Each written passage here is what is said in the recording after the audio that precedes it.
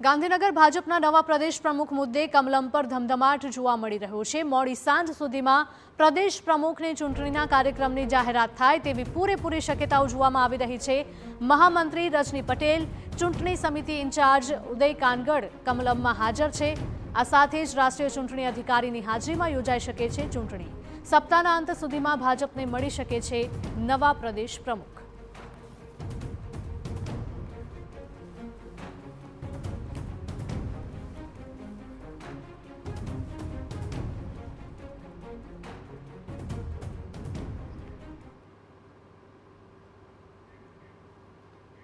तो आज मुद्दे अमरा पॉलिटिकल एडिटर किंजल मिश्रा जोड़ाया है વધુ અપડેટ સાથે। કિંજલ, જણાવશો શું અપડેટ મળી રહ્યા છે? આ સાથે જ એવું પણ કહેવામાં આવી રહ્યું છે કે આજ સપ્તાહના અંત સુધીમાં ભાજપને નવા પ્રદેશ પ્રમુખ પણ મળી શકે છે। કયા કયા નામોની ચર્ચાઓ થઈ રહી છે?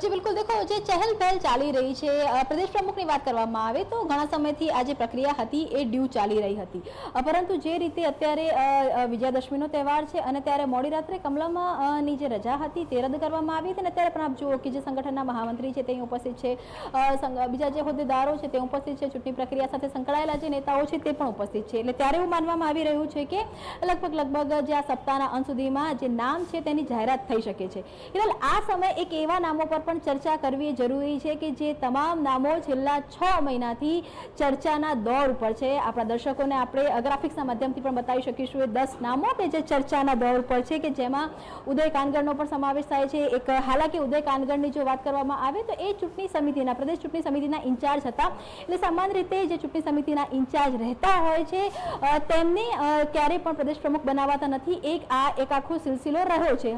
જો કે ક્યારેક જે નિયમો છે તેને પણ તોડવામાં આવતા હોય છે। તો આ નામ છે કે જે ઘણા સમય ચર્ચામાં હતું। બીજા નામની જો વાત કરવામાં આવે તો ડોક્ટર પ્રદ્યુમન વાજા ધારાસભ્ય છે, સૌરાષ્ટ્રથી આવે છે, ઓબીસી સમાજનું નેતૃત્વ કરે છે। આ પણ નામની ચર્ચાઓ હતી એ ચાલી હતી। ત્રીજા નામની વાત કરવામાં આવે તો ઉત્તર ગુજરાતથી મયંક નાયક જે સાંસદ છે, અમિત શાહના નજીકના માનવામાં આવે છે અને ગાંધીનગર લોકસભામાં એક્ટિવ છે, તો એ નામની પણ ચર્ચા ચાલી હતી। જગદીશ પંચાલની વાત કરવામાં આવે તો સહકાર મંત્રી છે, રાજ્ય સરકારની અંદર એક મહત્વનો પોર્ટફોલિયો જોઈ રહ્યા છે, ઓબીસી સમાજનું પ્રતિનિધિત્વ કરે છે, તો એ નામની પણ ચર્ચા ચાલી હતી।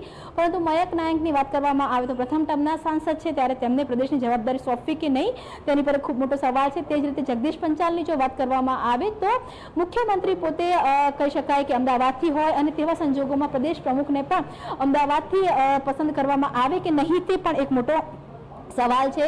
પાટીદાર સીએમ છે ત્યારે સૌરાષ્ટ્રના પાટીદારોની પણ ચર્ચા હતી, એ સંગઠનમાં પ્રદેશ પ્રમુખ તરીકે ચાલી હતી। તેમાંનું જે એક નામ હતું એ જીતુ વાઘાણીનું નામ હતું, કેમ કે એ ભૂતકાળમાં પ્રદેશ પ્રમુખ રહી ચૂક્યા છે, સરકારમાં ભૂતકાળમાં મંત્રી રહી ચૂક્યા છે અને ખૂબ બહોળો અનુભવ છે। પરંતુ જો લેવા કડવા પાટીદારનું એક સમીકરણ સમન્વય કરવાની વાત હોય તો આ નામની પણ ચર્ચાઓ હતી એ ચાલી હતી।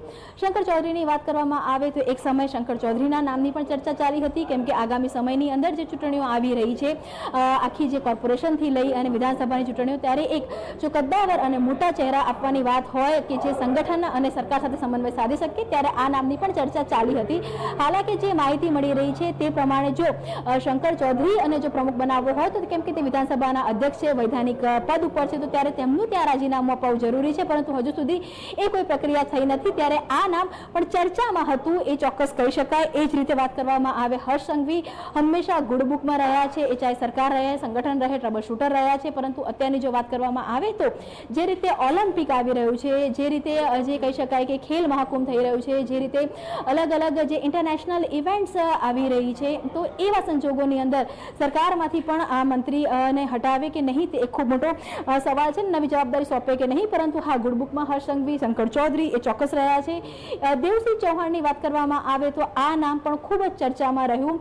સૌમ્ય ચહેરો, સાંસદ અને કેબિનેટ સેન્ટ્રલ કેબિનેટમાંથી પડદા મૂકવામાં આવ્યા હતા, કેમ કે હિરલ આ તમામ જે ચૂંટણી પ્રક્રિયા હતી એ લોકસભાની ચૂંટણી બાદ તરત શરૂ થઈ ચૂકી હતી। એટલે આ જે તમામ જે નામો હતા એ લોકસભાની ચૂંટણી બાદ સતત ચર્ચામાં રહ્યા હતા, પરંતુ તેમનું મૂળ ગોત્ર ભાજપ નથી અને જ્યારે ભાજપ પ્રદેશ પ્રમુખ તરીકેની નામોની ચર્ચા કરવામાં આવતી હોય છે ત્યારે ચોક્કસ મૂળ ગોત્ર ભાજપ અથવા તો આરએસએસનું બેકગ્રાઉન્ડ હોય તે પ્રમાણેની વાત ચોક્કસ થતી હોય છે। ત્યારે આ નામ પર પણ ચર્ચા થઈ હતી, પરંતુ ત્યારબાદ આ નામ હતું એ સાઈડમાં મુકાઈ ગયું હતું, તે પ્રકારની વાત હતી તે આવી રહી હતી। એ જ રીતે વિનોદ ચાવડાની જો વાત વાત કરવામાં આવે તો વિનોદ ચાવડા એ વર્તમાનની અંદર ભાજપ પ્રદેશના મહામંત્રી છે અને સૌરાષ્ટ્રનો આખો ઝોન સંભાળતા હતા અને કહી શકાય કે અને જે ઓબીસી સમાજ એસસી સમાજ છે એસસી સમાજનું પ્રતિનિધિત્વ કરી રહ્યા છે. પરંતુ જ્યારે કચ્છમાંથી અથવા તો કહી શકાય કચ્છ સૌરાષ્ટ્ર બેલ્ટની અંદરથી તેમનું નામ મુકાશે કે નહીં તે પણ એક વાત છે. દિનેશ મકવાણા જે અમદાવાદના સાંસદ છે તે પણ ફર્સ્ટ ટાઈમ સાંસદ છે. એસસી સમાજની વાત આવે તો દિનેશ મકવાણાના પણ નામની એક સમય ચર્ચા થઈ હતી.